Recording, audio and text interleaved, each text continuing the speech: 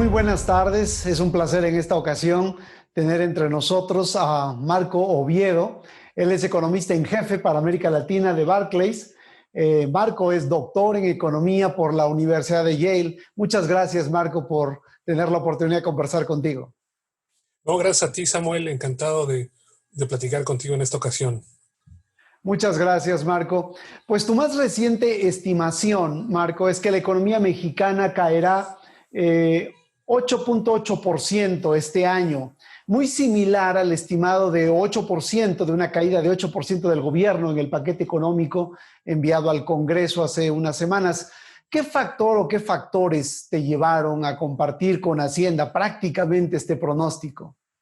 Sí, mira, lo que nosotros hacemos es seguir con mucho cuidado los indicadores de alta frecuencia, que es el empleo del Seguro Social, las exportaciones, las importaciones, ¿no? Digamos, la actividad de comercio te da mucha idea del pulso de la economía. Vemos indicadores también que en esta situación han sido muy útiles, que son de movilidad, que son de transacciones en tarjetas de crédito.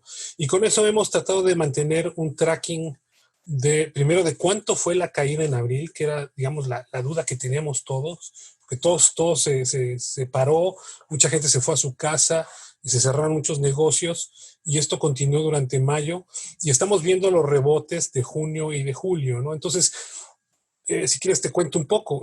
Tenía un pronóstico de 6,5 incluso de contracción hace 2, 3 meses, pero ya cuando conocimos el dato de mayo, donde no esperábamos una contracción adicional, pensábamos que pues iba a mantener todo el mundo quieto, ya hicimos el ajuste que es de 8.8, y después nos hemos mantenido porque las recuperaciones que estamos observando han sido muy en línea con nuestro pronóstico, ¿no? Y de hecho, ya nada más sería confirmar el dato de agosto del IGAI, y creo que ya cambiaríamos, pero muy, muy poco. Yo te podría adelantar que, o sea, en el peor de los casos, habría que ajustarlo a 9, a 9.2, y en el mejor de los casos, ajustarlo a 8.6. ¿No? Entonces, estamos nosotros viendo en ese rango la actividad. Yo creo que el gobierno, precisamente en algún ejercicio también de lo que ellos ven en la recaudación, acaba de salir el reporte de finanzas públicas, donde la recaudación del IVA, que fue uno de los componentes que más se afectaron por la pandemia, por toda la actividad que implica la recaudación de este impuesto, ya vimos que se recuperó 14% en términos reales en agosto. Entonces, sí viene una recuperación más o menos buena, ¿no? Digo, todavía quedan muchos sectores que están detenidos o que están muy débiles, pero viene una recuperación en línea con estos números.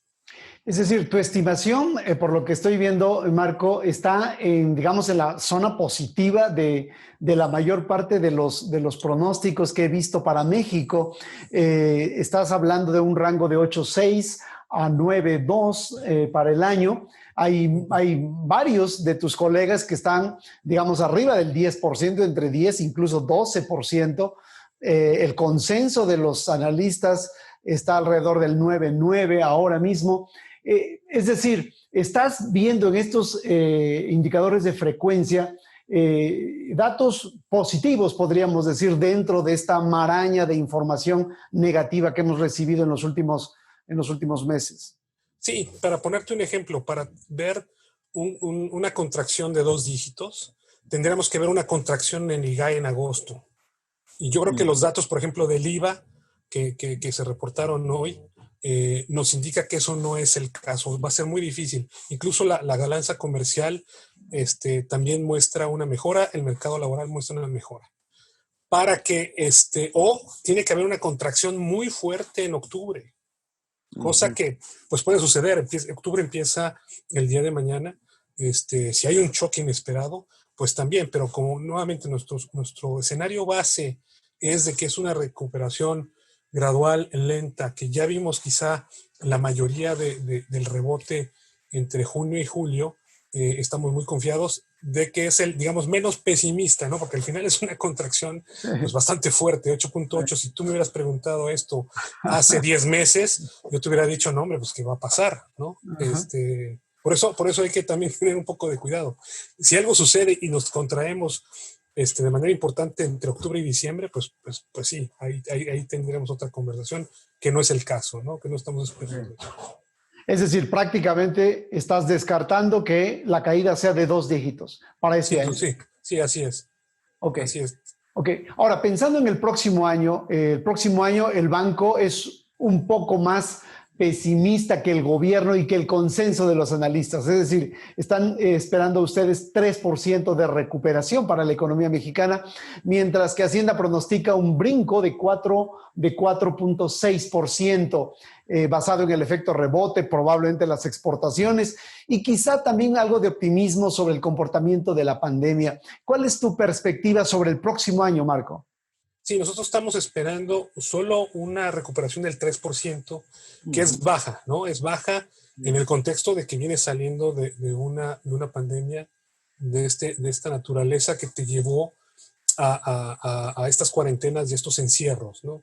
Hay sectores que claramente no se van a recuperar completamente, que es pues el hotelero, el de viajes, algunos restaurantes, bares, los espectáculos, entretenimiento, pero es muy contenido. Mi preocupación es que precisamente, dado, si todavía no hay una vacuna, si todavía estamos viendo que hay otra ola, por ejemplo, en Europa, la gente ya está preocupada por los rebrotes en Europa, y esto afecta el sentimiento del inversionista, pero no del inversionista financiero, sino del inversionista que hace planes de producción, de expansión de negocio. Mi temor es que si tenemos un cuarto trimestre con esos temores, en lugar de hacer un inversionista que en lugar de hacer 10 proyectos el próximo año solamente haga 5 o 3, y por eso estamos siendo muy cautos. Creemos que si la vacuna, como indican algunos reportes, aparece en el segundo trimestre del próximo año, en el mundo desarrollado, y en México podemos tenerla ya distribuyéndose en la segunda mitad de 2021, el buen año de crecimiento yo creo que sería 2022, no 2021. Ahí estamos estimando 3.5%, ¿no? Ya lo estamos adelantando un poco, porque precisamente estas son las preguntas que tienen nuestros clientes, ¿no? Que son inversionistas un poquito más de mediano plazo. Y yo creo que el tema central es eso, ¿qué tanto la campaña contra la contención de la pandemia va a ser exitosa? ¿Cuál es el panorama de esto? ¿Y cómo va a afectar al inversionista, pero que es el inversionista en el sector real, ¿no? Porque el consumo, si bien puede mantenerse estable, no es un motor de crecimiento. Al final del día, el motor de crecimiento es la inversión. Y ahí México también tiene otros temas que ya venían antes de la pandemia, que tiene que ver, por ejemplo, con los ajustes fiscales. La inversión pública, pues es muy probable que siga deprimida, y que la confianza de los inversionistas pues todavía esté mermada por las políticas que se están aplicando en México, ¿no? Ahora, hay otro factor que es importante, que es el dinamismo de la manufactura en Estados Unidos. Hemos visto que ha estado, digamos, creciendo a buen ritmo en los últimos meses, en los meses más recientes, hasta donde tenemos datos públicos. ¿Estás viendo que las exportaciones mexicanas hacia Estados Unidos sea un motor suficientemente fuerte como para no solo limitar la caída de la economía en lo que resta de este año, sino también para mejorar el comportamiento de la economía mexicana el próximo? Sí, no, de hecho, yo creo que en México parte de la razón por la cual estamos viendo una recuperación más rápida de lo que muchos esperaban es porque el sector externo ha sido fundamental en ese rebote. Las exportaciones a agosto simplemente están, solamente están 2.7% por debajo de los niveles observados a febrero. Eso te indica que ese sector fue el punta de lanza de la recuperación, y hacia adelante, mientras el resto del mundo, China, Estados Unidos y en parte, pues sí, Europa y algunos países asiáticos están bien, México pues, va a seguir recibiendo los beneficios de ese canal. Estamos estimando que aproximadamente entre 35 y 40% del Producto Interno Bruto Sí. se afecta por ese canal. Y de hecho, estuvimos recibiendo algunos resultados del censo económico del INEGI esta mañana, Ujú. y el sector que más valor agregado aporta al país es el relacionado con los automóviles. Entonces, en la medida que ese sector también se beneficie de que hay un tratado de libre comercio, bueno, un tratado comercial en la región de Norteamérica, vamos a ver que ese sector también puede expandirse, y que depende de también otros factores, cómo termina el estira y afloja entre Europa y Estados Unidos respecto a ese sector.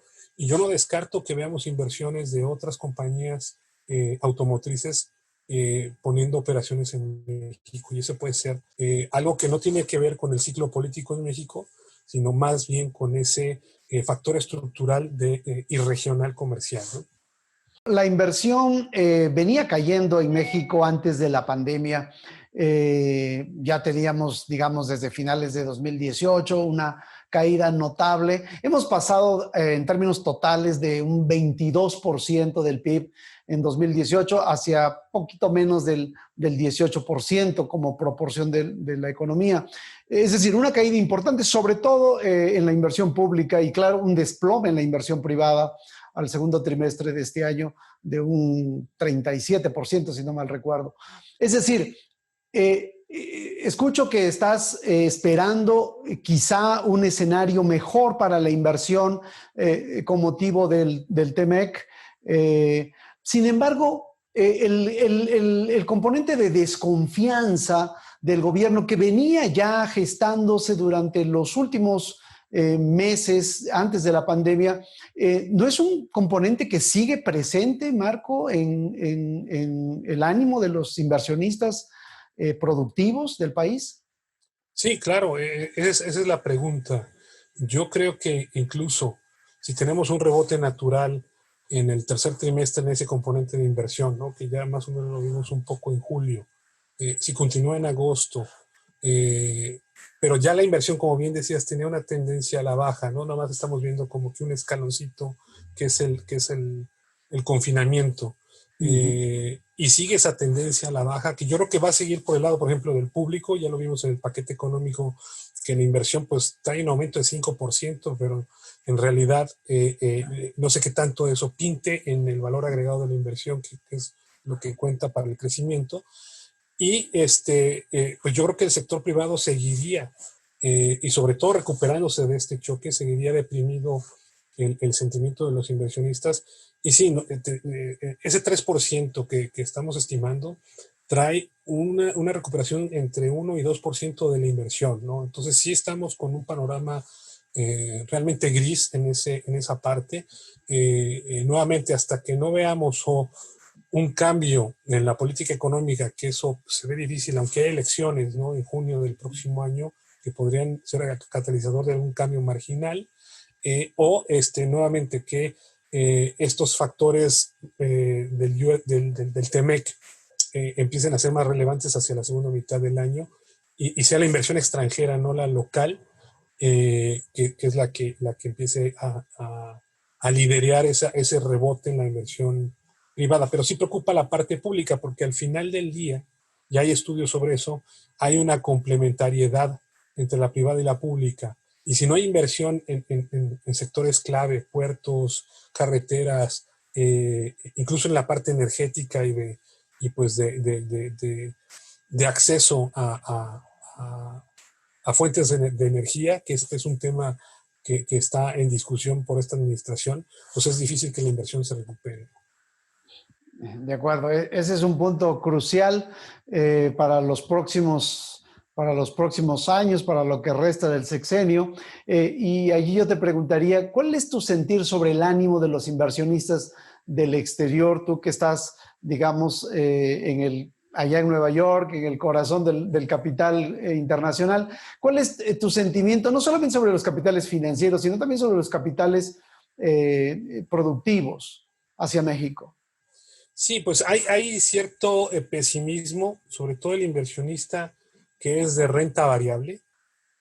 Como has visto, pues Uh -huh. la renta variable de las empresas, pues depende del panorama fiscal, de los apoyos, del crecimiento, y ese no ha sido del todo bueno en México. Digo, al final, México se contraerá 8.8, 9, ¿no? Este año. No es la peor caída, pero tampoco es, Brasil, por ejemplo, solamente va a caer 5%. Entonces México en ese contexto se ve mal, y la duda es esa: ¿qué tanto va a ser el rebote? ¿Qué tanto se ve hacia adelante? Y como mencionábamos, pues por el lado de la inversión se ve difícil, ¿no? Los inversionistas de renta fija es otra historia, porque esos se fijan más en la estabilidad macroeconómica y, digamos, en la estabilidad de las cuentas fiscales. Y para bien o para mal, esta estrategia que ha implementado la administración de contener el gasto público, de mantener el balance cercano a las metas que tenían antes de la pandemia, le da mucha confianza a ese inversionista, y eso sí han demandado un poco más de riesgo de México, sobre todo en deuda soberana, en dólares, de deuda, incluso hasta deuda de Pemex, y el tema de el Banco Central y las tasas de interés, donde el Banco Central también ha sido muy responsable, y México es de las pocas economías que todavía están ofreciendo un interés real, un interés positivo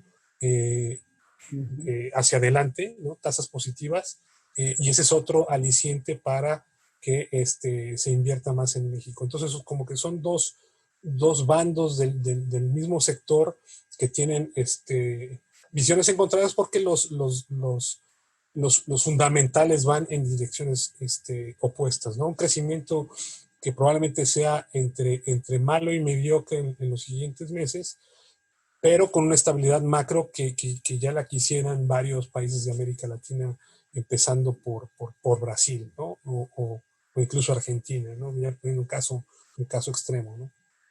De acuerdo. Ahora que mencionas el asunto macro, déjame ir a la debilidad de las finanzas públicas y su potencial deterioro, Marco, principalmente por pues menores ingresos tributarios esperados, si es que la economía va a crecer en esos niveles tan raquíticos, y por la debilidad de Pemex, ¿no? Que requerirá mayores apoyos. No sabemos cuánto ya, digamos, las cantidades han ido creciendo de manera exponencial, pero es un tema de debate.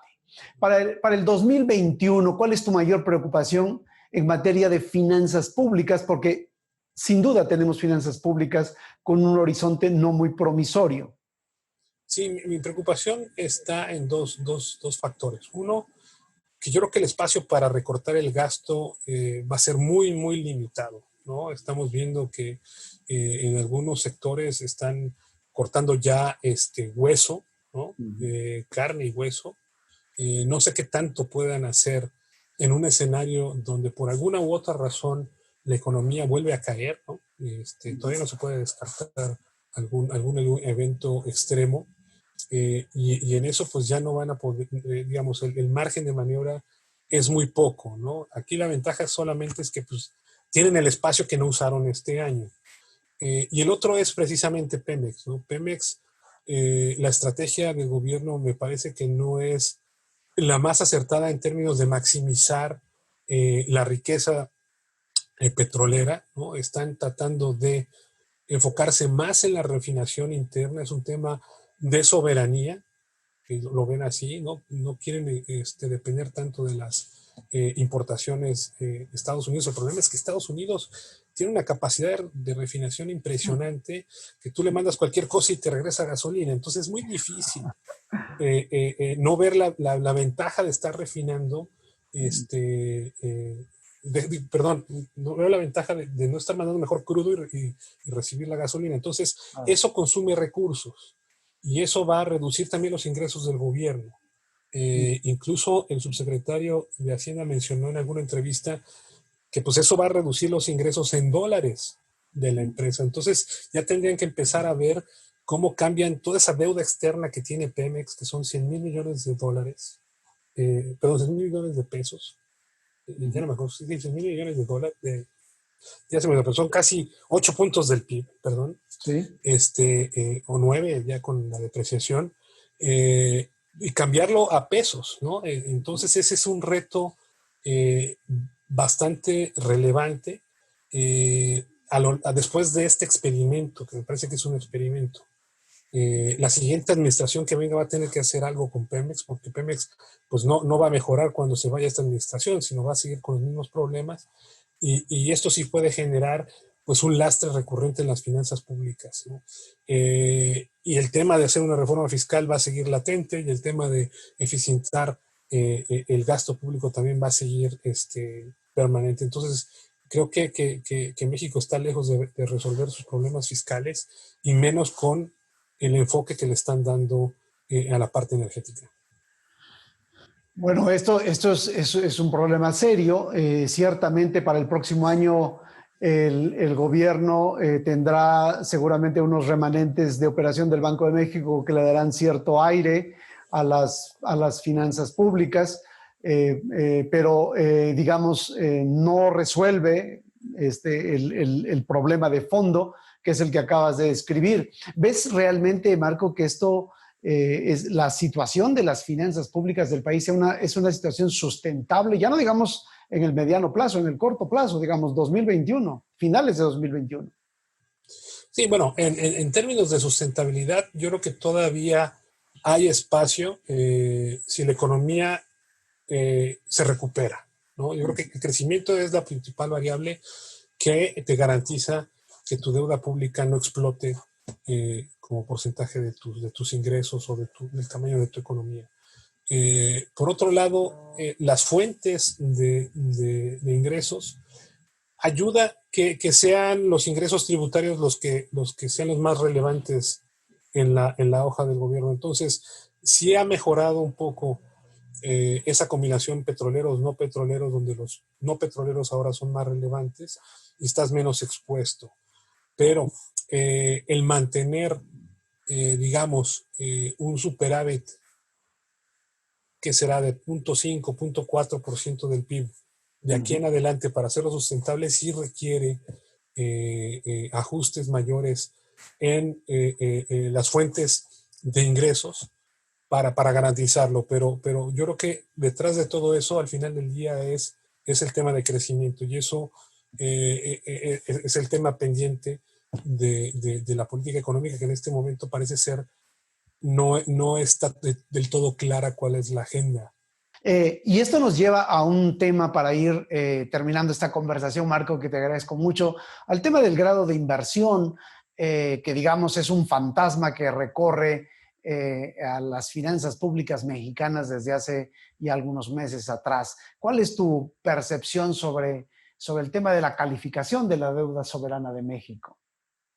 Sí, nosotros creemos que todavía no es inminente la pérdida de grado de inversión.